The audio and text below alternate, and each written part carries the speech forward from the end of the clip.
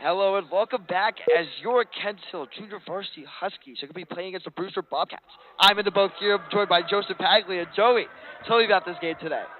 Yeah, Lakers, Mavericks. It's a really big contest here. Anthony Davis, obviously, made of glass. He's coming off an injury. He might not be playing today. Luka Doncic is catching fire. We're going to see a chess match between him and LeBron. They both run very heliocentric offenses. Both through them, they look to get guys open. So it's going to be a big game. As the Lakers have won, I believe, 5 out of their last 6. That's actually correct. They just recently broke that. That's true. 5 out of the last 6. I Five out of the last 5 in a row. That's on my. That's apologies to me. It's okay. That's apologies to me. As Brewster's gonna miss a layup there, and we have to discuss, right? I feel like that as members of the NBA community, we have to discuss the tear that Luka Doncic has been going on. Oh yeah. Like he had this 60-point game. Come on, right? Isn't this guy? Can we start saying that this guy's the next LeBron James?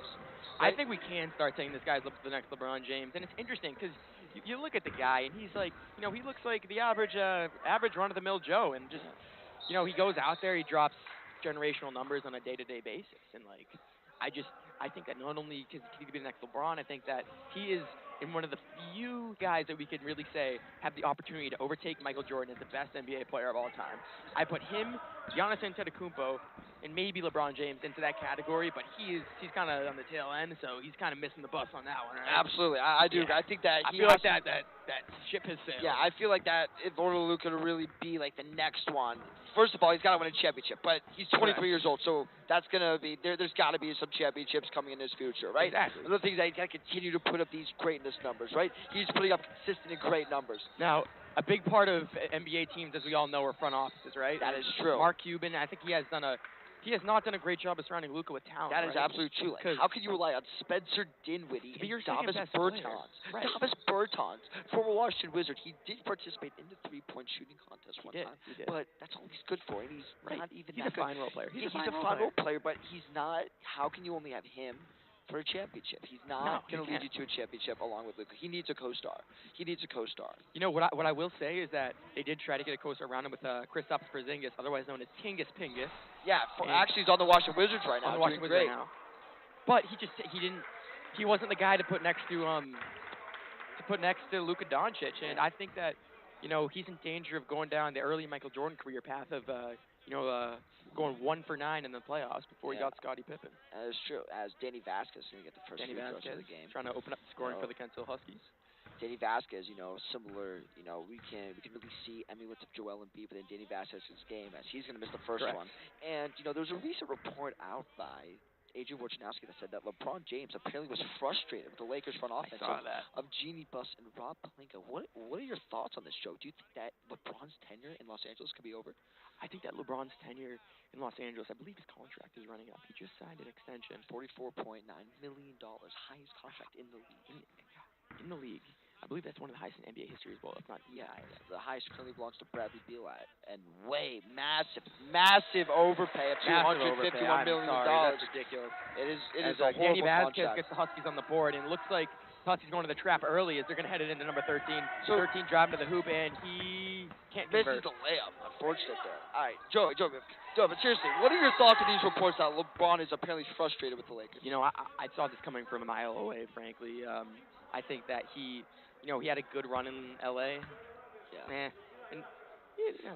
He won a Mickey Mouse championship, which I personally, I'd not validate that championship. I don't validate it. If you validate that championship, look, I don't have a problem with that. I don't have a problem with that. Yeah. It doesn't count in my book. It does not count the traveling, the momentum of the NBA season. And speaking about the atmosphere. Yeah, the atmosphere. No home court advantage. And to be honest with you, I don't like thinking back to that season, right? Like that was a very difficult time for me when the National Basketball Association was paused. I remember right where I was when it was paused. Me too. I was on Xbox. I was just shopping. Like I was the rest of that year. I was a loser. I was shopping with my mom at Costco. I was getting a new ceiling fan for my bedroom, and I look at the tweet of Adrian Wojnarowski. It was Shams. It was Shams. Yeah, it was Shams. And I just fell down to my knees and started screaming, and I really frightened some other shoppers that were in the produce section of my local Costco.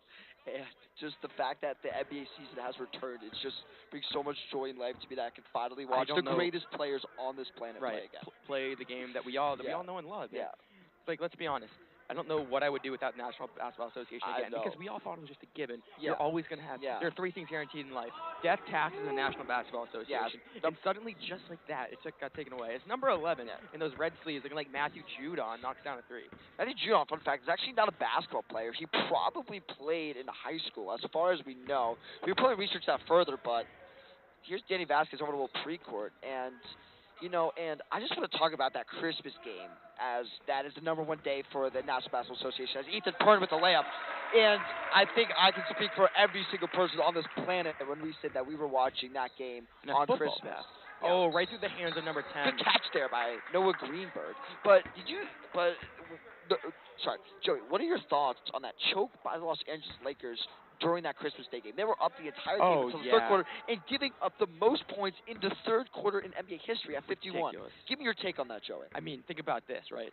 If you let that up every single quarter for the entire game, you have 204 points. That's ridiculous. Unacceptable. Right? It's unacceptable basketball, and I just don't. I think that who the blame falls on for that? LeBron. LeBron James. Has to fall on LeBron. That's poor leadership right there. Right. And like a normal basketball player, it wouldn't fall on him. But when you crown yourself the chosen one, the king, the kid from Akron, you need to come through in those moments and take over. Even if you're hurt and you're on the bench, you need to rally your troops. Say, boys, we need to get buzzing. We need to close out. We need to run this scheme. You cannot. And often you see him get lax and disappointed, and guys feed off that energy. Because when you're one of the best players on the planet and one of the best players of all time, that's the effect you have on your team. And honestly, I feel like that everyone, including us, we're big members of NBA Twitter, saying that the Lakers are wasting LeBron, but like, what does LeBron do to compensate for that, right? How are you going to be said? You feel bad for him when he's on the court giving up these 51-point leads, right? I understand that the front office hasn't really done a good job about surrounding him with good pieces and all, as Kentel scores, but like, who are some free agents that you think that need to happen to the Lakers? I've been hearing some Zach LaVine rumors. I think Zach LaVine, he has, fun fact, his 2K rating just got downgraded to an 84, which I frankly think is egregious, considering. Why? Because, look, I think he's a better player than that. Look, no, I think that Zach LaVine has been one of the more overrated players in the NBA community for a long time. Never been a champion. Never has he really been to the playoffs? Come close. Yeah, he's been to the playoffs a few times, but he never takes his team deep. It really took DeMar DeRozan to take his team over the top, and I Alex think Caruso. And Alex Caruso, of course, can't forget him. But I just think he gets way too much credit than he deserves because he gets those cool dunks. However, I think he's better than 84 overall. And here's a few Brewster players that we just played. Here's number 13 with a free throw, and that's off the mark. It's gonna be rebounded. Walker Dumas fighting down low. Here's 13. His take, and that's saved by Jonah Jenkins, and that was a good save right there, and also some great defense there. It was unfortunate that Brewster got the bucket. Do you think that? Well, obviously, you watch every single Lakers game as a former player of the Los Angeles Lakers. As a former player and probably future player, too. Yeah, future player and a former player of the Los Angeles Lakers. Do you think that they're also lacking on defense? Of course they're lacking on defense, just like they're lacking on offense and shooting. And, the construction of a roster typically falls in the front office. Absolutely. However, do you know who it falls on in this circumstance? LeBron James. It has to fall on LeBron James because he's the guy who builds his teams, right? The GM is his nickname. You see his tweet from a few years ago, talk about my teammates, their ages. Keep that same energy, please, when we make the playoffs. They didn't even make the play in that year, and they deleted the tweet. So I think that it's clear that he sends a message that he runs the team, right? Oh, yeah. And here's Brewster coming up the court. Off to an early 9-5 lead here. Number 11 here, controlling the pace. He had a big three-pointer earlier. Steps back. Good cross really good there. handle. Good Nice crossover there from number 11. For sure. Who can we compare number 11 to? I'm ready to start comparing that crossover there to Kyrie Irving. Right, that was a very fluid crossover. Oh yeah. I honestly see a little more James Harden in him simply because he's a little more methodical. Look, he's very methodical with the ball, right? I agree. He's not choppy. He's not choppy. That's what I'm saying. Like Kyrie's very like he dribbles out wide. He's very flashy. He just gets the job done, right? Yeah, I know. And also he's a smooth dribble. Yeah. And I also feel like a very underrated NBA take is that James Harden really changed the game of basketball. Not in the way Steph Curry did by making the three-point shot, but in terms of like spacing, creating separation, and drawing fouls. Once again, I think the heliocentric offense that we referenced earlier with Luka Doncic. Yeah, definitely. That originated in the 2017-18 NBA season with James Harden. As we have Norris Andrews and Danny Vasquez checking into the game. Danny Vasquez just came off of a varsity game against Brewster as he swings up and down between the varsity and the JV teams. Walker Dumas heading off the court, and he has been a really big presence inside. As James Beliveau, he told me that he's a guy you can always trust down low to fight for rebounds and put a body on guys in the paint, and he's not scared of anybody. So hats off to him. He played a good start of the game. Even if his numbers didn't jump off the score sheet, he's bringing good energy to the team. Here's going to be Norris Andrews out to Danny Vasquez, and his three, that's off. Misread on there by Jonah Jenkins. It's going to be Brewster ball. Some sketchy rebounding there by the Huskies, as Brewster's going to take it out now. And it seems like the Huskies are going to slip a 1-3-1 press, and I don't really feel like that it gets talked enough that NBA teams don't really press that often anymore.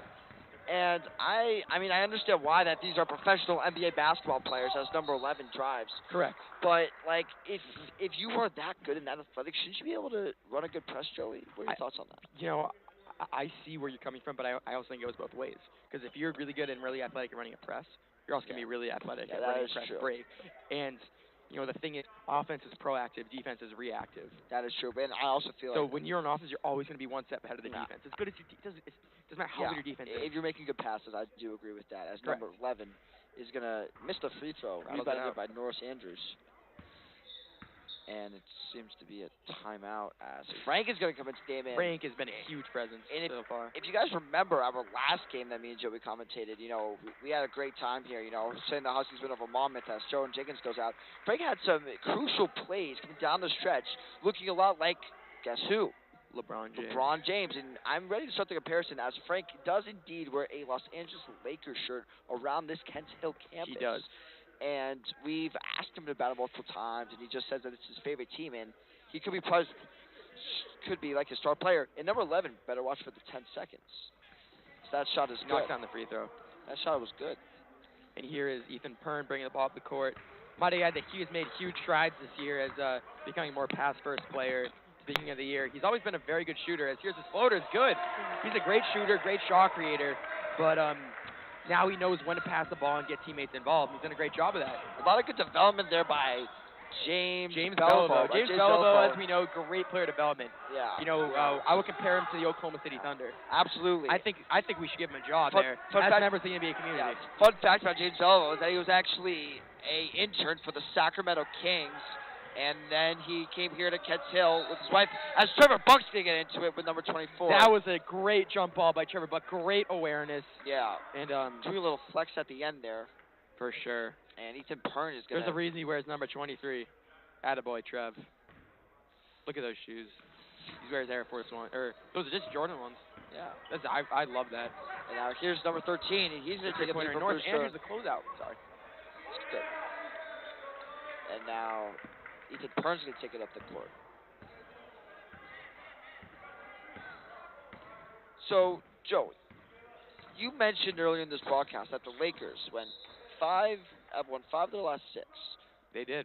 Are they back? I noticed that. No. I checked the standings Nope. today. You know, I woke up early in my bed, and, you know, and I'm low-key addicted to the National Basketball Association. I immediately checked the standings. I don't even think it's low-key. I think I'm just straight up addicted. Ethan Pern for 3. Yeah. Just long. And...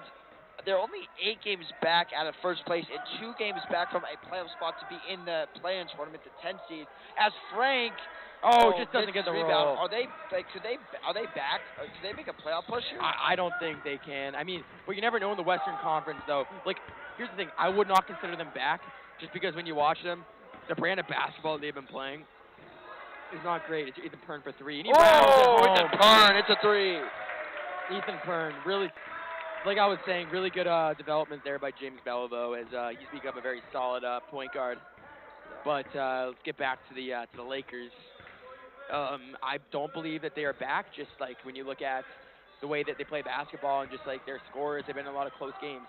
Yeah. However, though, I think that one has to say that they can make the playoffs at the very least to play in. Yeah. Just because of the just the landscape of the Western Conference right now. I fully agree. I mean, I feel like that when you have Dennis Schroeder. Right? Correct. When you have Dennis Schroeder, let's run back who we're going with. Journeyman Dennis Schroeder, who played for my Celtics last year. Got waived. He wasn't even in the NBA. Who actually got signed by the Houston Rockets then, and now he's back on the Lakers.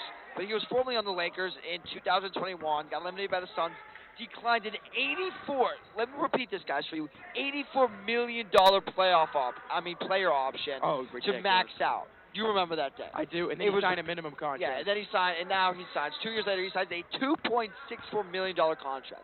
It's still a lot of money, but how much money would you rather have? Would you rather $84 million or $2 million? You know, I think it's a similar question of what player would I rather have. Would I rather have Damian Lillard, or would I rather have Tremont Waters, former Boston Celtic? I would rather have Damian Lillard. Yeah. I'm sure Tremont Waters could come out here and give me buckets, but you know, at the end of the day, I'd rather have Damian Lillard, right? Absolutely, I mean, right? Yeah, but I'm just saying, back to the Lakers. But when you have Dennis Schroeder carrying you to victories, he can't do that in the playoffs. As he actually scored 0 points in a playoff game once for the Los Angeles Lakers. As we have a timeout, and we'll be back.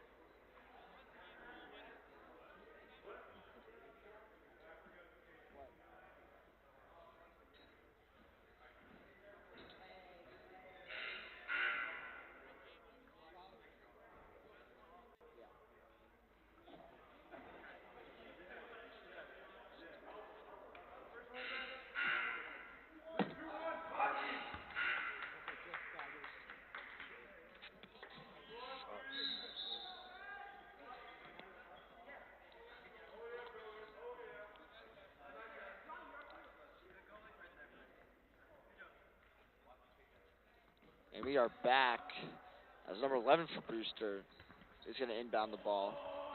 It's number 13, and he's going to drive. Good defense there by Walker Dumas, and he's going to come away with it and give it up to Will Precourt. And they have a fast break here, similar to Giannis, is blocked, and here he's going to shoot. That's misses, but that fast break there really looked like the fast break of Andre Iguodala with a LeBron James block, and it really just didn't happen in the same way, but it looked exactly the same. As the foul is going to be drawn by Walker Dumas, and he's going to have a chance to tie up this game right now. Walker Dumas, checking back into the game. Like I said, he's not a big scorer, but you know, he contributes to the game in other ways here, and he's looking to get the Huskies potentially tie this ball game at 12. We have an update from the Kensington Boys varsity game as they won 7-4 and a whistle. Varsity hockey, that is. Yeah, varsity hockey. I apologize, folks. Yeah, varsity basketball did not win today. And here's the second shot for Dumas. You know, Walker Dumas, he puts more work into the gym than actually some NBA players. That's what sources have told me. And, and hear me out. If you're an NBA player, you're getting outworked by a JV basketball player, Joey, what do you really need to rethink? You need to rethink your work ethic, right? Because a lot of guys have the physical tools given to them, right? Yeah. And then you look at guys like DeMarcus Cousins. He's a good example of that. But just a bunch of guys who are low motor, don't put a lot of work into it. Oh, Frank with a beautiful crossover. Frank up to Will Precourt. Precourt cannot get a handle on the pass. Frank there, as Joey said, Frank with a great crossover, but the pass was errant, looking for Will Precourt. As Brewster's going to take the ball up now. Correct, and as I was saying, I think that you need to be a higher motor player as number 11 hits the three. The second three-pointer of the game, but I think you need to be a higher motor player, unlock your true potential. Here's Will Precourt with the ball now. Over to Danny. Here's Danny giving the work on number 11. Down into Walker Dumas.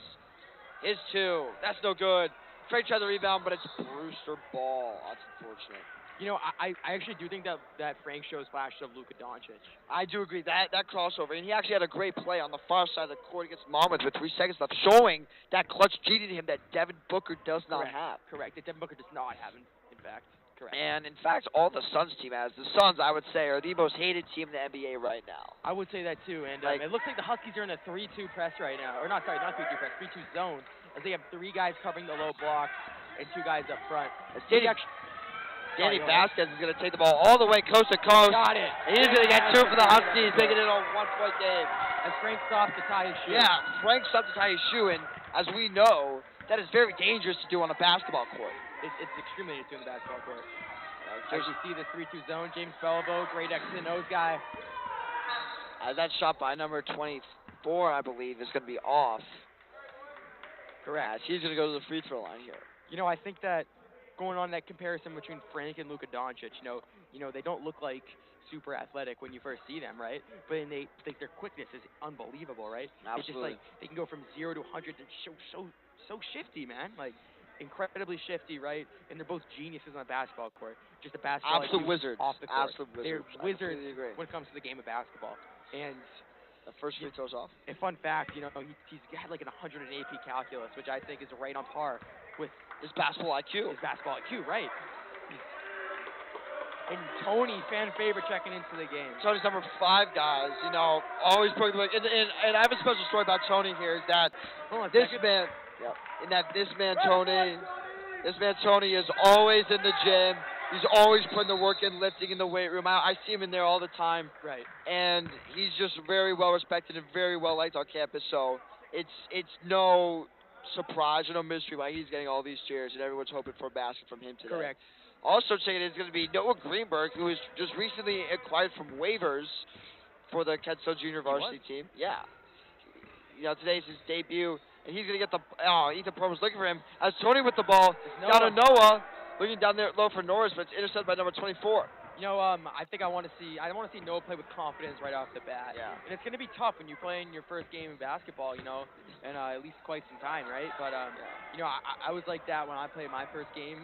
The game of basketball. Year. The game of basketball. Playing the game of basketball for the first time, and it took me a minute to get settled in. And I think that it's going to be natural to have the nerves if you're Noah like that, but you're gonna just come out, keep working, and eventually everything's gonna click, right? Yeah. And you'll have to see him get on the board today and get those nerves out of the system. Yeah. Fun fact about Joseph Paglia. He just flew back. He should be in Dallas right now playing for the Lakers game, but he actually flew back and dropped a solid. How many points? A solid 50 points today, and played excellent defense. And when I say excellent, guys, I mean excellent. Like, there's a reason why Joseph Paglia is already at the next level. Actually, like, he's already on the Lakers, and there's a reason for that. As Norris Andrews ties the game, is the defense, guys. His footwork is unlike anything I've ever seen, and the transition that he made from hockey to basketball is very good, and it's very impressive. I appreciate the high praise on it, but there's a lot of work to go. As a team to unlock all of our true potential, and I think that's what really measures a player. As number 11 of the hoop. Yeah, as number 11 is going to get the basket there after a Norris Andrews turnover, and Ethan Perlman's going to take the ball off the court. And that's the thing about all these new basketball players is that, like, basketball is unlike a lot of sports in the fact that you can just play at any time and you can have a potential. Unlike hockey, like, we have to play from day one. Like, look at Joel Embiid. So played basketball when he was 15 years old, and he's regarded as one of the best players in the league. Correct. And I think it translates to the just the nature of the game of basketball, right? Yeah. It's a game that, I think that's why it's so popular in everywhere in the United States. I think that one of my criticisms of the game of hockey, coming from the game, is it's very much there's financial barriers for people to enter the game of hockey, right? But for basketball, everyone can play. Yeah, all you need is a ball and go to a park. Correct. You don't even need the ball. Anyone else can have the ball. Just go to the park. You need legs. And I bet they have wheelchair basketball leagues too. They do actually. They do. Right. Anybody can play the game of basketball. I think that's what makes it a beautiful sport. We'll see you guys back here after the timeout.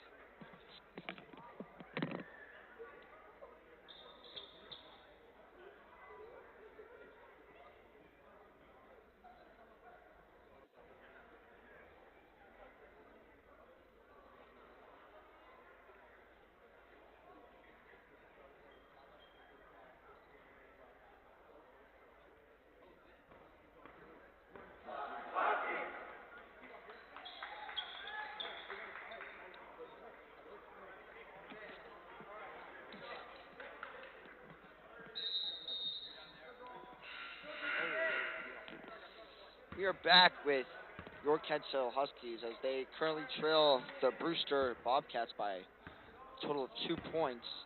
So Precour's going to take the ball up the court. Surrounding Will is going to be Ethan Pern, Trevor, Jonah, and Noah.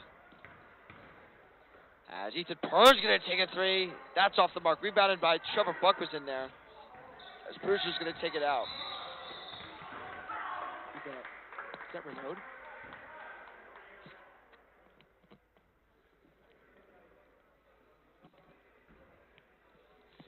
Now here's Noah with the inbound. Looking for Fonzwell Precourt. Really good inbound there. Inbounds are one of the sneakily difficult plays in the game of basketball. You know, It can be really tough when you get your defense time to set up right.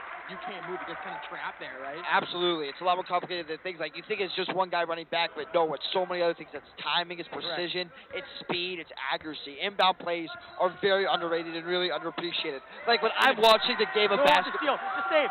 Yo, like, for example, like when I'm watching a game of basketball and I see a good inbounds play, as well Precourt misses his too, and I see a good inbounds pass, I get very like satisfied at a good play, at a great inbounds play. It's one of those things that they just make it look so easy. Yeah, it's like snapping a football, right? It seems so complicated, but in reality, it's just so difficult, so weird, so hectic. And seeing a good one executed is really satisfying. As the game is tied now, with Will Precourt bringing the ball up the court. Here's Precourt. Finds Pern. Here's Ethan Pern. It's a Buck. Here's Trevor Buck with a step in. That's scoop layup. That's off. And now Brewster has it. But it's almost like a pickpocket steal by Noah Berman. Did you see shades of Jose Alvarado in that Noah Berman steal attempt? I really do. Just because he's such a hustle, high-energy player. And, since I saw Noah from day one, I was like, this kid I know has hustle. I know this kid grinds in the gym. I know this kid will put in the work, put in the hours, and take what's his. Absolutely. But so for you guys that don't know or aren't really familiar with Jose Alvarado, he was undrafted out of Florida State or Georgia Tech.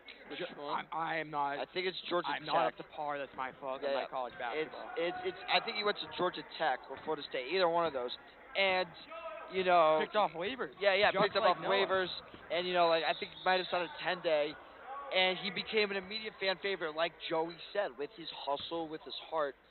And he stole, and what he does is he hides in the corner, and then he steals the ball from the point guard from the back and energizing the crowd and his teammates. And that we saw shades of that within Noah Berman's gameplay right now. So be on the look for Noah Berman to continue to do that. As here's 13 with the first free throw. It's good. Knocked down. Lead is up 3 for Brewster. Number 2 checking in. Yeah, number 2 checking in. Bringing some good size. Some blue shoes as well. As Frank's going to come back in, Lakers. He has matching shoes with the guy at the free throw line. How will this affect their chemistry? I honestly think that, do we think that they brought it together? I think that they look like, they're on the same basketball team. And me and you both know that. In order to be on the same basketball team, you have to have great, fantastic chemistry, right? Correct. So I honestly think that they brought it together, meaning that they are on good enough terms to go shopping together, meaning that I feel like that they are going to have great chemistry together. Fun fact, I actually bought my shoes alongside my teammate, Aman Sani. Awesome. How did Aman help you with your purchase? Aman gave me a recommendation. He was like, I really like those shoes. Those shoes are more designed for an athletic player. And I think that if you can become that player, then those shoes will do well for you. And I believe they have. This Trevor Buck hits the floor pretty hard. I know he'll be okay. He's a very tough kid. So I was going to be on Brewster, or maybe it's a Trevor, but it's going to be Kenzel Ball. I would call Trevor Buck like Marcus Smart type guy. That's a great inbound right there. Back over to Trevor Buck. Oh, good bounce pass to Will Precourt. Looking for Frank. A rare mental error there by him as the ball goes through his hands there. Frank has been kind of a model of consistency for the Huskies so far this season, and right there, just a rare error there, and I know he's hitting himself for that. As that 3 is going to be missed by Brewster. That's 24 is going to go all the way in. Rebound by Jonah Jenkins in. Something about Jonah Jenkins that a lot of people don't see is that he's a big track guy, big cross country, as he's called for the travel there. And Speaking of cross country, though, he can actually jump really high. Right, like a lot of people don't see this. A lot of people don't see Jonah Jenkins' ethic and workout in the gym, but it's him. A lot of him just jumping up to boxes, and the work pays off. It pays off as Jonah Jenkins can really get up, and it really helps him within the game of basketball with things like blocks. And see, he just forced a bad shot there, as that's a baseball pass to Ethan Pern, and he catches it, misses the 2, and something that Jonah Jenkins is very good at, like I said, is jumping, and it really helps him with blocks. And he draws It's gonna be a A block. But block. anyways, as I was saying, Joe Jenkins is very good at rebounding and really good at Yep, blocks, and correct. those are very, very, very underrated things in the game of basketball. Correct.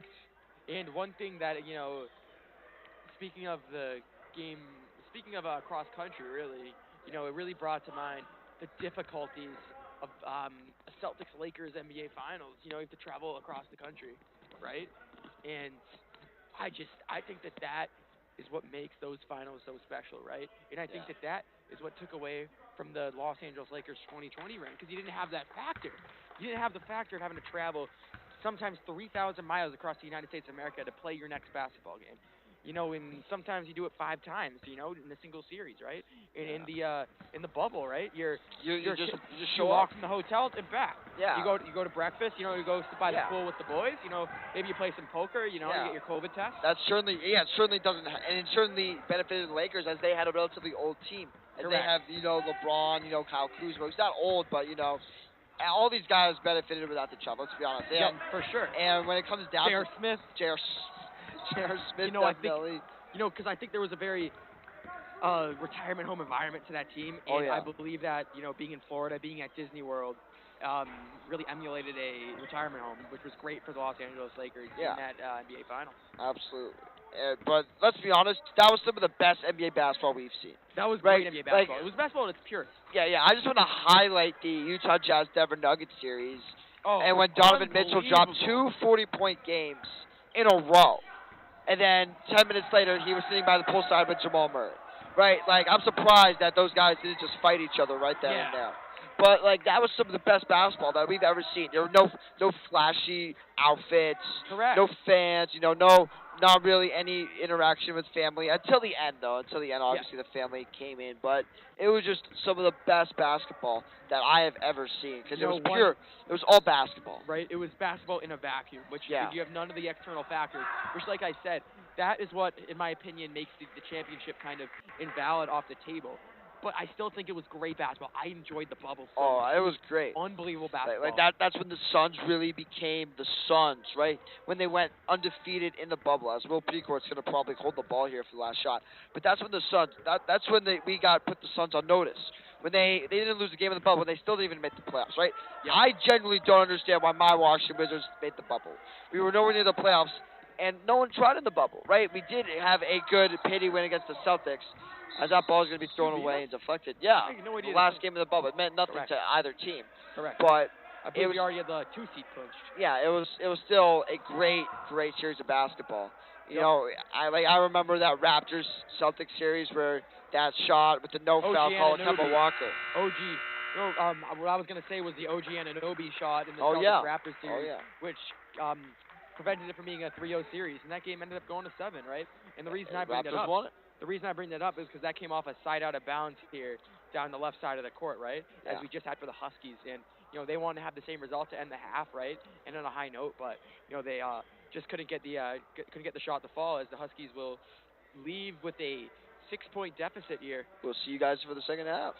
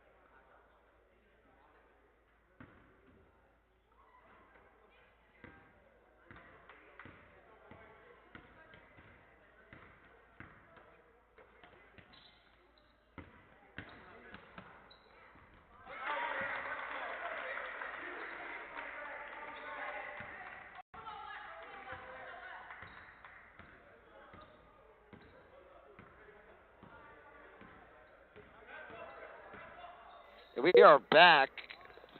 It's York Headstone Junior Varsity basketball team playing against Brewster. As number 11 for Brewster's going to have the ball. And I'm back in the booth with Lakers prospect and varsity basketball player Joseph Baglia. Joey, give me a good rundown of what the JV team needs to do this half. I think the JV team needs to continue to create shots on offense because I feel like defensively their effort has been off the charts, and I feel like that they've been passing the ball around really well. I just feel like that they just they're panicking at the last second trying to get their shots off, and I just think they go up. I just think they need to go up with confidence, really. Absolutely. And a great look by the Freeport. What do you think that the Los Angeles Lakers need to do in order to improve their season? I think that in order to improve their season, the Lakers need to. Difficult. It's difficult because they're just in such a bad spot. And the thing is, they have very little mobility in terms of roster and cap space. And also, I feel like the guys that they do have right now, they are not very good. Yeah, I agree. I feel like that they don't really have many assets either. The Los Right. Angeles Lakers, are we really going to say that their biggest asset right now that's tradable is Austin Reeves or Patrick Beverly? There was a recent report that said that Austin Reeves is going to demand more money in free agency than Alex Caruso. If you're the Lakers, do you re-sign Austin Reeves? What would you do? If I'm the Lakers, I definitely. You are Genie Bus and Rob Blanco. What are you doing with Austin Reeves? I think he's one of their only young guys, and I think,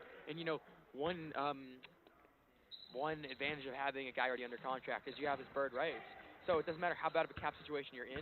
If you draft well and you have good prospects like Austin Reeves, then it doesn't matter how bad your financial situation is, you can sign that guy. I completely agree. I also think that Austin Reeves has been slighted by the Los Angeles Lakers. I think that he was put into a horrible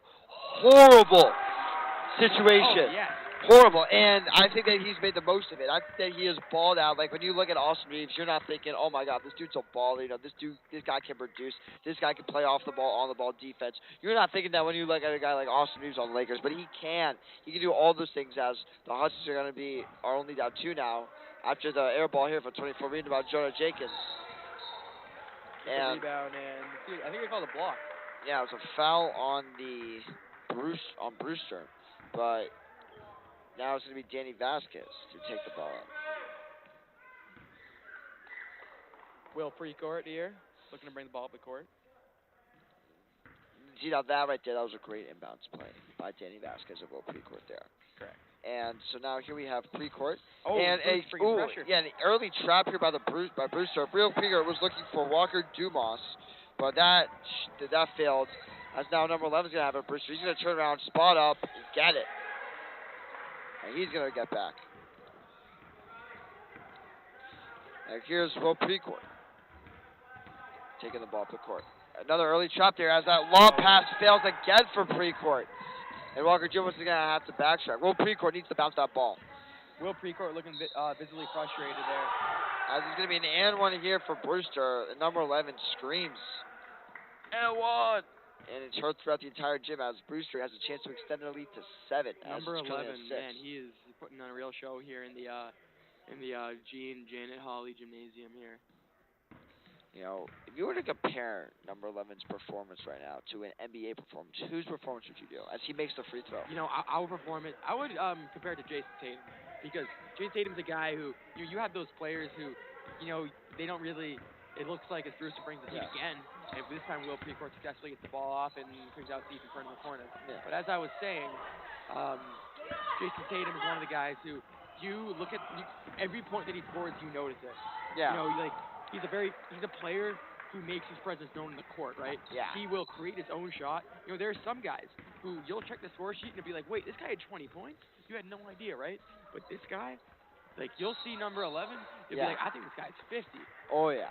You check the thing and he has 15. Because the thing is, every bucket that he makes, you remember it. And that's like Jason Tatum. What are your thoughts on the conspiracy theory that if Deuce Tatum did not have his birthday in the middle or some event, but there are conspiracies out there that Deuce Tatum is actually a distraction to Jason Tatum, and if Deuce Tatum was not in the picture for that NBA Finals, that the Celtics would have won that playoffs. What are your thoughts on that conspiracy? I think that's garbage because, it may or may not have been true, but You know, the man is a kid. I think that I completely agree, but I think that Deuce Tatum gets way too much media attention. I would agree. I think that he gets way too much media attention. I think he's just a child. There's nothing really special about him. I agree.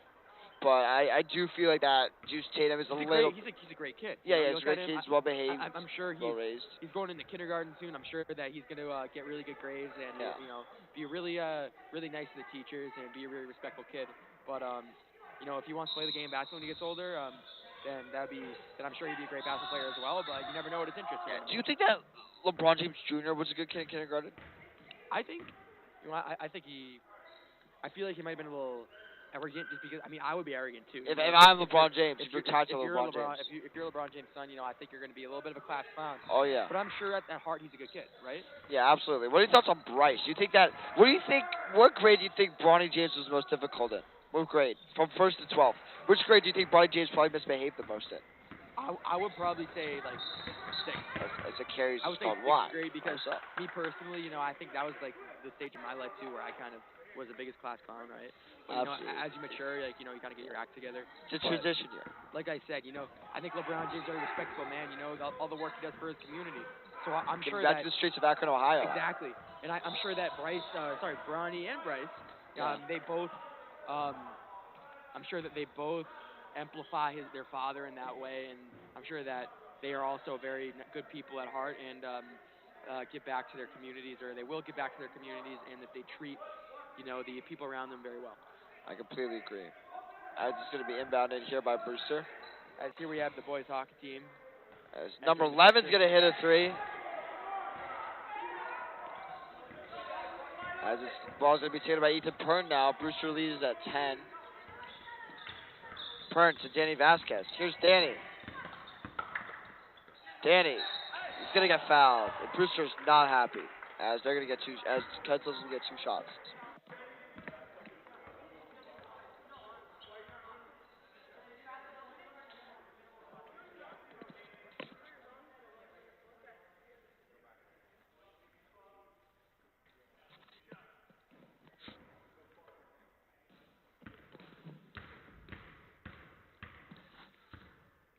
Here's the first shot. Oh, it's no good.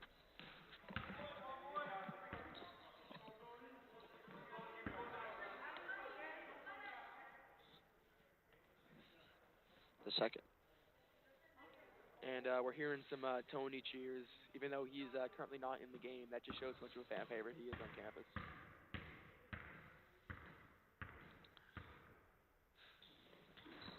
It's good. Danny gets the second shot to go. You know, that reminded me of that Kawhi Leonard shot.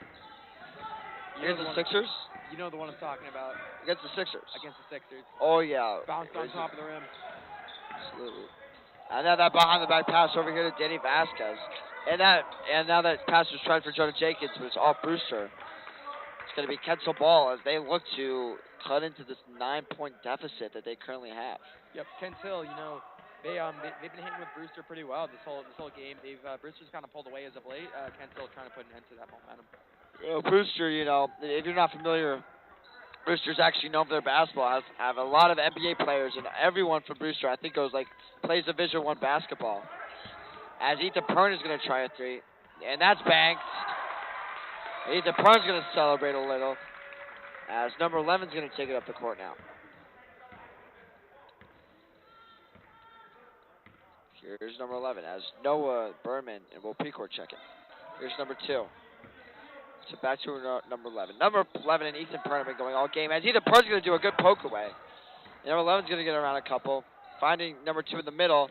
And that's going to be stolen away. It's picked up by Trevor Buck. He's going to hit it up to Ethan Pern. He gets it. Can he finish the layup? He can! Ethan Pern gets more points on the board for the Huskies as the lead is now down to 4.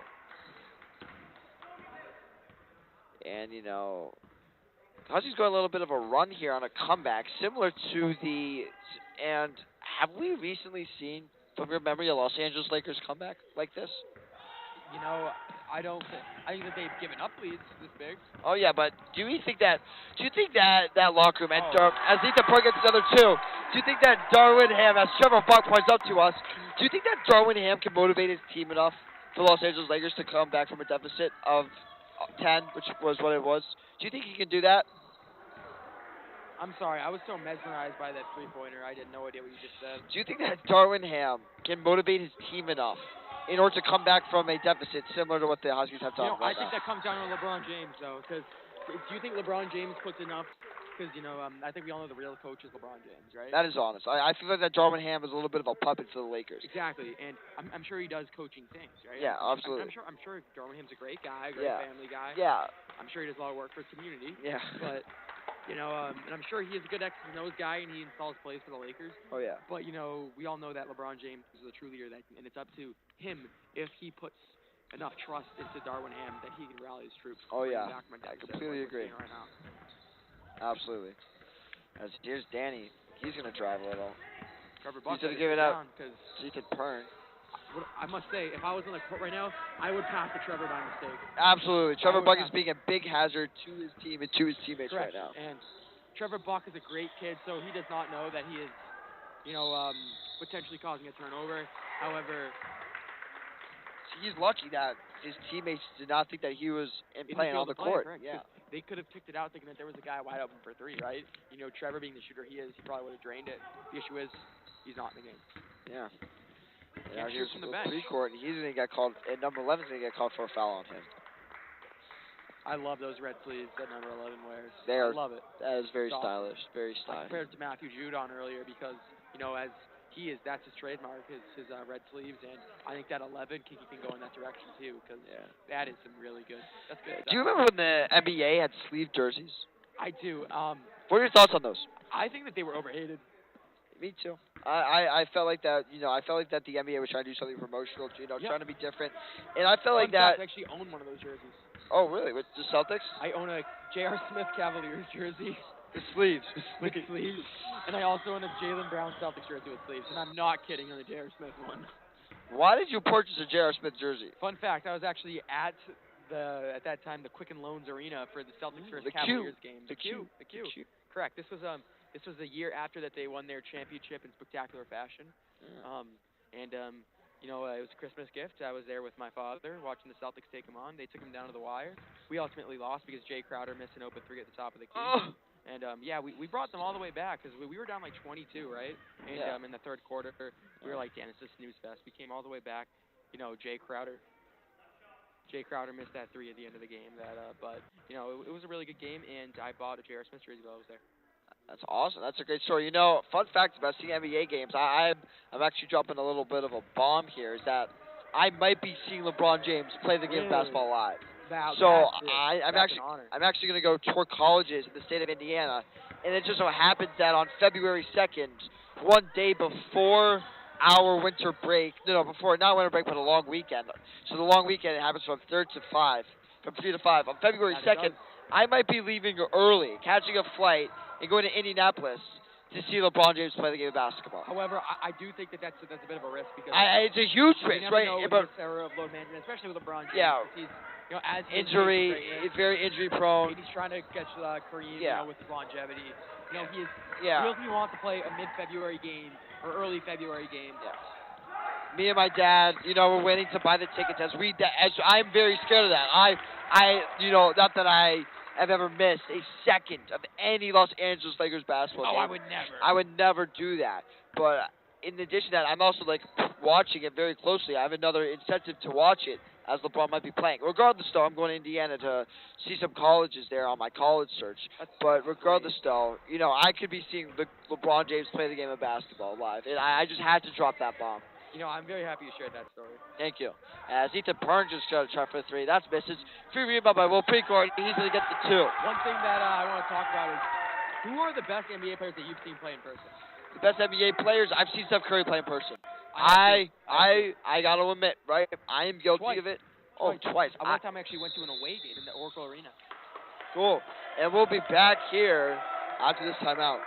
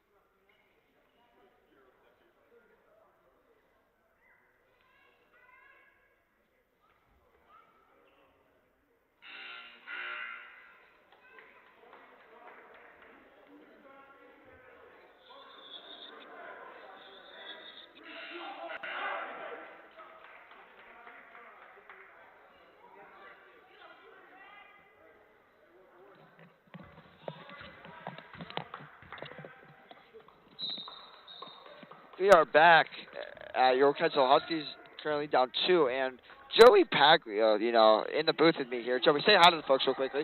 How we doing, folks? And he brought up an excellent topic of who are the best basketball players that you've ever seen live, and I said that Steph Curry, and I gotta admit, in elementary school, I was a Steph Curry fan. I love that man to death. I thought he was the greatest basketball player to ever even walk on this planet. As Norris Andrews misses a couple layups, gets his own rebound, out to Ethan Pern, he's gonna shoot a 3.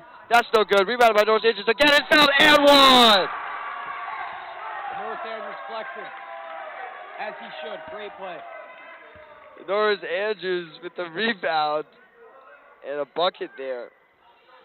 And back to what we were saying, and I was a big Steph Curry fan, right? I was one of those kids that hopped on the Steph Curry bandwagon early, so yeah, and I bought a T-shirt, and my dad got a lot of connections within the Washington D.C. greater Washington D.C. area, and so I ended up watching Steph Curry from a box, and that's going to be a violation. Bucket is good, and it's going to be Brewster ball. Nothing happened for that violation, as number 11 is going to be taking the ball off the court now. But I've also seen Giannis Antetokounmpo live. I've seen some other players live. Best player you've seen live? Go. I have seen LeBron James live once. You've seen him live? That was at the game I was referenced earlier. The quick of course. And I've seen, with that, I've seen Kyrie Irving, of course, being a Celtics fan, Jason Tatum, Jaylen Brown, Isaiah Thomas, my favorite player of all time. I've seen Giannis play twice. I've seen Curry play once. I've seen Joel Embiid play once. I did recently, speaking about that topic, I've not seen Kawhi Leonard. Recently over break, I was at the Washington Wizards Philadelphia 76ers game where I did get the pleasure of seeing Joel Embiid and James Harden both play live. And that is a very awesome and special experience. But I was at a Bucks-Utah Jazz game in Utah, and it was awesome, right? Bojan Bogdanovic hit a game-winning three-pointer over Giannis, I believe, and it was awesome. And the place went crazy. Very good fan base out there in Utah. But it's awesome seeing these NBA superstars live. Yep. But now, that brings us to our next question. If you were to see a superstar live, who would you want to see? Probably Steph Curry, really. I mean, just because he's such an electrifying. He's a performer, right? He's entertaining, right? Steph Curry is box office must-see television. Steph Curry, no question about it, no doubt. As here's Ethan Pern in the corner. Good defense there. As it's going to be backcourt violation. Pern should have let that go. Yeah, waste more time as. I think what happened is he heard the Brewster guys say grab it, and he grabbed it instead. Yeah. As here's number 3 now. Foot was on the line. His 2 is good. He's not giving up the threes. His foot was on the line, and now it's going to be back to a 5-point game with 6:23 remaining to go. Now here's Will Precourt taking the ball up. Will Precourt finds Jonah Jenkins down low. Jonah with the shot. He's fouled. No, they call it travel. Oh. These refs are very strict with their travel. Yeah. It's a good friend Z Wood walks by the booth.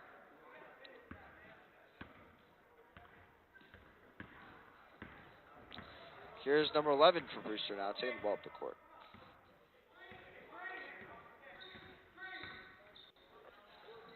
Here's number 3. Oh, that ball stolen. Oh, almost fallen on by Will Precourt. Back over to 24. And a great block there by Jonah Jenkins. And now he's coming up the court. He has Ethan Pern wide open. And Pern with the layup. That misses. Jonah with the rebound. And number 11 comes away with it for Brewster. Here's number 11. He stops. That ball is pulled and poked out by Norris Andrews. Norris Andrews up to Ethan Pern. He has Jonah wide open. He takes a spot-up shot. Off the top of the backboard, and yikes, that's a bad shot by Ethan. He has Jonah wide open, number 11 to slow down. And I want to bring a segment now called Great the Free Agent, where with Joey here, who's a expert, who you guys obviously know is an expert, Lakers analyst, former Lakers player. And I just want to and we're going to do a segment here where I'm going to say a free agent for Joey, and he's going to grade it. So the first one we're going to go with Patrick Beverley. He's worth $13 million, and you know the production he gives. He's a hard-nosed offensive player. Not really good on offense, good energy guy on defense. Did push DeAndre Ayton for looking over Austin Reeves. What do you grade that signing? Well, it was a trade, but it was an acquisition, is what you're saying. So you're right. But it was I'm giving that about a B because he's most definitely overpaid. in my humble opinion. $13 million. I think it's a little too much. I think it's like a $7, $8 million. Number 11. Sorry, guys, it's a 3-pointer there. And do you have anything else, Patrick Beverly? I think he's a great player for the Lakers, and the Lakers definitely. I think that it was good for them to get him. He definitely could have been. Can do a little more with the money that he's making, but I think that he was a good acquisition. All right, our next acquisition, free agent Thomas Bryant, a center, averaging 13 points, 7.3 rebounds, not even 1 assist, and shooting 66% from field goal range. Former Washington Wizard. And from the Lakers as well, actually. I think it's his second stint with the Lakers. No, I think it is. Might be. Regardless, though, grade him. I give him an A+, because, you pick him off waivers, right? Scrappy guy down low, who's going to get the job done. And I think that he just brings things to the table that you are so happy. You are ecstatic with if you get a guy off waivers, and he does that for you. Yeah. Next free agent is going to be the before-mentioned Dennis Schroeder, averaging 12.7 points, 2.3 rebounds, 3.7 assists. What are your thoughts on him as Trevor Buck gets a turnover? I have just gotten word from StatMuse that, in fact, Thomas Bryant has already played for the Lakers. So that ties into Dennis Schroeder very well, because this is his second stint. This is his second stint with the Lakers, and the Lakers love former players, right? Yeah. They already know the system, right? And I give him an A+ as well. And I don't think it's coincidence that if Dennis Schroeder on his old contract, it's a worse grade. But on the production that he's doing right now on the contract is a bargain, right? Absolutely. And I believe that him having his second stint with the Lakers, that plays a factor. He knows the system. As good steal there by Will Precourt. Here's Trevor Buck going all the way. He's fouled and one.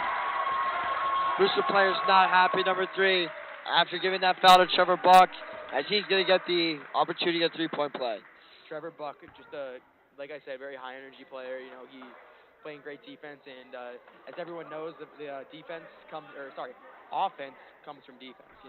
Your defense will get you good looks. In the full court, which is what we saw right there, right? Yeah. And good turnover. Trevor Buck, as we know, really good shooter, and he's a good finisher too under the hoop. And he's an opportunity for a 3-point play. Our last free agent is going to be former NBA championship Juan Toscano Anderson, former Golden State Warriors. He's averaging 2.5 points per game, 2.2 rebounds, and 7 assists. What are your thoughts on that? 7 assists. 0.7 assists. 0.7 assists. My apologies. F. Can we see his contract? His contract, he is paid. Juan Toscano Anderson. He's paid $1.8 million. Okay. Well, you can't be too harsh, but I'll give him a C, because I think that's a minimum contract, I believe. However, I think that his performance on the Golden State Warriors, gave you more hope for what he's going to do this season. Yeah. And I don't think that he's delivered for the Lakers in the way that he should. Thank you. We have a little pause and play here. I have no idea what's going on. Probably an issue with the clock of the score. It's unknown to me and Joey. Trust me, folks, if I knew what was going on, I would tell you.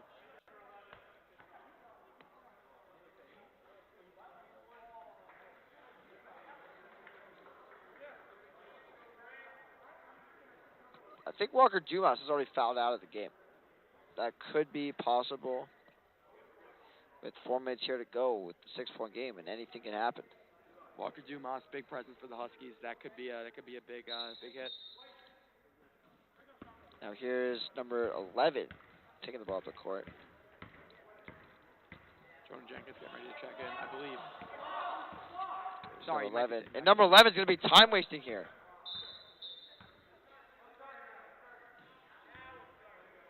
Yep, there's no shot clock. More clock issue. No, it's a clock issue.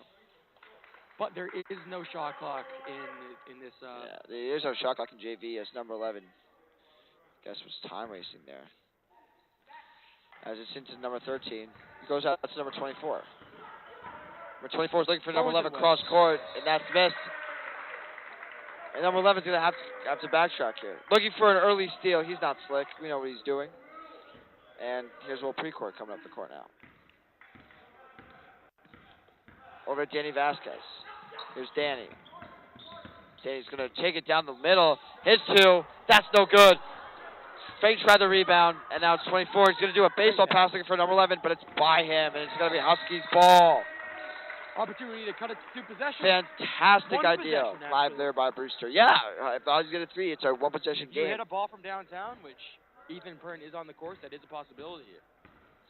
Yeah, it just explains that really any of these guys can pull the 3. It just explains how the game of basketball has changed recently with Steph Curry. Any of these guys can pull the 3. Frank, he doesn't have the prettiest looking shot in the world, but he gets it done. I don't have the prettiest shot in the world, but Frank hits a shot, and all these guys can make it the 3. And there's another baseball pass there by number 11 to 24. And his 3, that's no good. Rebounded by Will Precourt. Here's Will. Frank tried to illegal screen there. Good thing the refs didn't call it with 3 minutes left to go. To Trevor Buck. His foot's on the line. He does a good move. He gets to his spot, and he gets fouled. And he'll go to the line to shoot 2. Looking to make it a 4-point game. Big free throws. And I don't know why the Huskies have 40 points.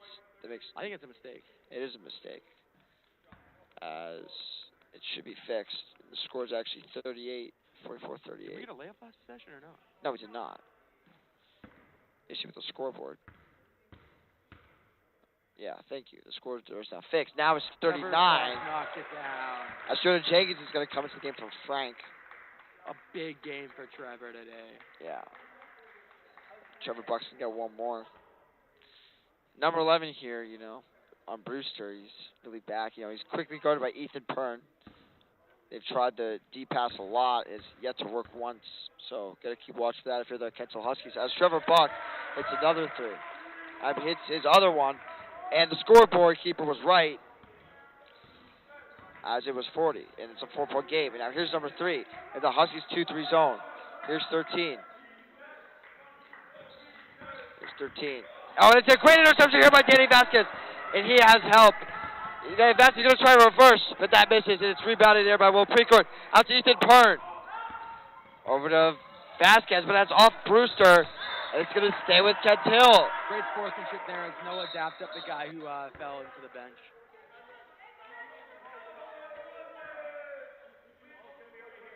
And it's going to be a timeout here on the floor. We'll be back in 30 seconds. Johnny. Casper. Hey, Johnny. Johnny. Hey, good Johnny. Hey.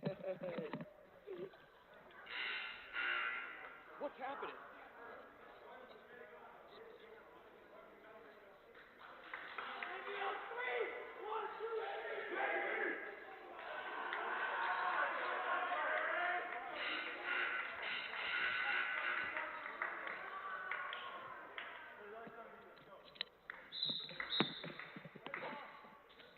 Here's Danny with the inbounds. Just going to find Will Precourt. He's going to drive his 2. That's good! And it's a 2-point game as Will Precourt scores. And here's number 3. Good defense here by Ethan Pern. Here's number 3 again. Oh, it's blocked by Danny Vasquez. Back to number 11. Number 11 does a good move. He pulls up from 3, and that is all no good. Rebound 24, blocked by Jordan Jenkins. Rebound by Trevor Buck, and he's going to slow it down. Trevor Buck needs help. Out to Will Precourt. Here's Will Precourt. Looking for Ethan Pern, but it was deflected up by number 24. It's going to stay with the Huskies. Here's Danny Vasquez. He's going to go right to Will Precourt. Oh, it's blocked by number 24. This is why inbound plays matter. Now here's number 3 to 24. That's stolen by Trevor Buck. Picked up by Jonah Jenkins. Back out to Ethan Pern. Pern's going to go for the pump fake layup. That's no good. Read about Jonah Jenkins. That is, and the game is tied. Joey, what did you see in that sequence? Bring it down for me, NBA player. Great boxing out, and we talked about the vertical leap by Jonah Jenkins, and he got the rebound and he finished big. Jonah's shot hasn't fallen today, but he just gets it to go. And he's unbelievable basketball, great basketball. Brewster's going to inbound it, and Will Precourt's going to play tight on number 11, or not. I'm wrong. As Ozzy's going to set up their 2-3 zone as here comes number 11. Number 11 has had a great shot today. Tried a 3 and missed it, which caused the transition. And he's going to try another 3, and that's no good. Rebound number 3 for Brewster. His 2, that's no good. He's going to get another try, and that is. 1:06 to go. And here's Will Precourt picking the ball up the court in crunch time. And now we're into the McNugget minute. And now here's Ethan Pern, and that is to no one. Ethan Pern threw the ball into the bench as Kent Hill's going to need to set their defense. As the Kent Hill bench was up and everyone was standing. You don't want to see that, as that could lead to a technical foul. As number 11 is going to get the ball, and the Huskies going to trap him. He's going to throw the ball off Danny Vasquez, which is actually a really smart play. He unfortunately did not step out. Remember, a big factor here could be the lack of a shot clock. So Brewster can hold the ball all they want if they have the ball movement to do so. Yeah. Here's number 11. He's going to drive in. Find number 30. Number 30 is going to be swatted by Jonah Jenkins. Back out to number 11, and he's going to get 2. Here's Jonah Jenkins pushing the ball up the court. Back down to Will Precourt. He's going to take it 2. A floater. That's wide. And Will Precourt. And it's going to stay with the Huskies. As Will Precourt tried to avoid the ball, it's going to be 48-44. Maybe looking to make a timeout here if you're Kent Hill, but I guess not. As here's Danny Vasquez with the inbound. James Valvo down his troops. Down to Will Precourt, and he's fouled, and he's going to shoot 2.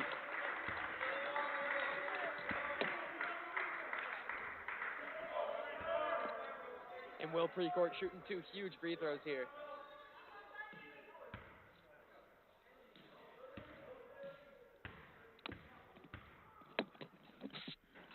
This is the first. First one is no good. This is the big one, though. Make it a one-possession game. Now, if you're Brewster, Joey, do you hold the ball? Like, if you're Kent Hill, I'm assuming you have to press here. As Will Precourt misses both, but he gets his own rebound. Ethan Pern for 3! It's good! It's good! But they need to play defense. It's still a 1-point game. They don't need to foul necessarily. Their press has been good today. Here's number 3 for Brewster. Over to number 11. Now you foul. Now you foul. Smart foul. Smart foul there. It's going to be a block. Very smart foul. And they're not in the bonus just yet, though. There's 16.4 seconds, and I guess they're going to force the bonus. As if you're Brewster, you're looking for number 11 to take your free throws. The beauty of this situation is if you can foul twice, too, and even if they miss both free throws here, you have enough time to take a shot and then set up your defense, get a steal, maybe foul again, and try for a 3 at the end. So you have options here if you're the Kent Hill Huskies.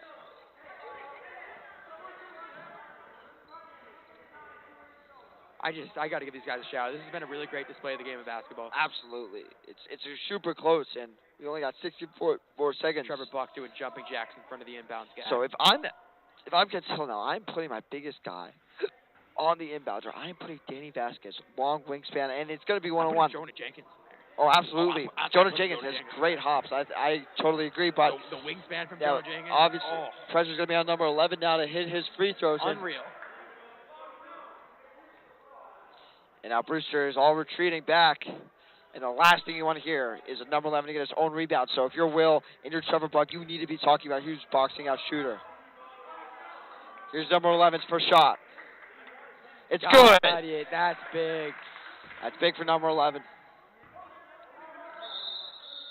And James Bell, 30 seconds. And we'll see you guys in 30.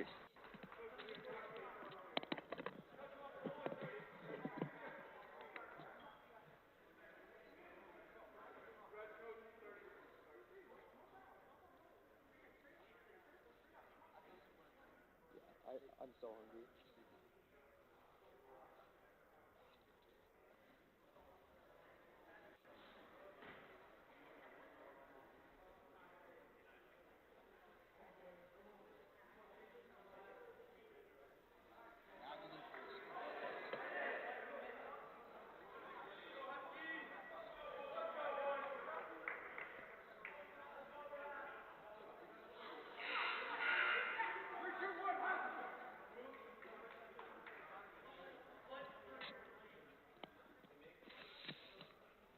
There's number 11. Going to take his second free throw right now. Watch out for the Huskies. If he misses, they don't necessarily need to hit a three-pointer here. We'll see what happens. All the eyes on the gym are laid on him. The first, and it's up. And it is good. And he forces the Huskies to hit a three. And here's Will Precourt bringing the ball up the court with 12 seconds remaining. You want to get the ball to Pern.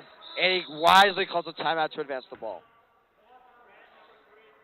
Now you can work through out of bounds. But as I said, there's some time left on the clock. So if you get a quick three here, then if the ball doesn't, like, at this stage of basketball, guys might not make both free throws, right? Yeah. So you can potentially make a three or miss a three, foul, and get another chance at a three. Yeah. That's the advantage of fouling early, like they just did. You know, James Belleville probably drawing up his best play. You know, giving the ball to his best player. And you see number 11 in the Brewster huddle taking full leadership of the squad, as he should. As he's had a terrific game, just hit 2 clutch free throws. Correct. Probably telling everyone, do not foul. You know, keep your arms straight up. No funny business. Hold your ground. Protect the airspace. Oh, yeah. But you do not want to close out too hard. You do not want to happen what the Washington Wizards did to Luke Kennard during that Wizards-Clippers game where the Wizards were a 35-point lead. And as you can see, Brewster's very 35? wisely, 35 points, very wisely guarding the perimeter as Pern is going to have it. Play very tight defense. So Will Precourt, he's going to pull one. Short. That misses. Rebounded by Danny Vasquez. His three! That's no good. And Brewster comes away with the victory. Jonah Jenkins is mad. And that is an unfortunate loss for your Kentucky Huskies. And we will see you guys next time here on The House. Say bye to the folks, Joey. Goodbye, folks.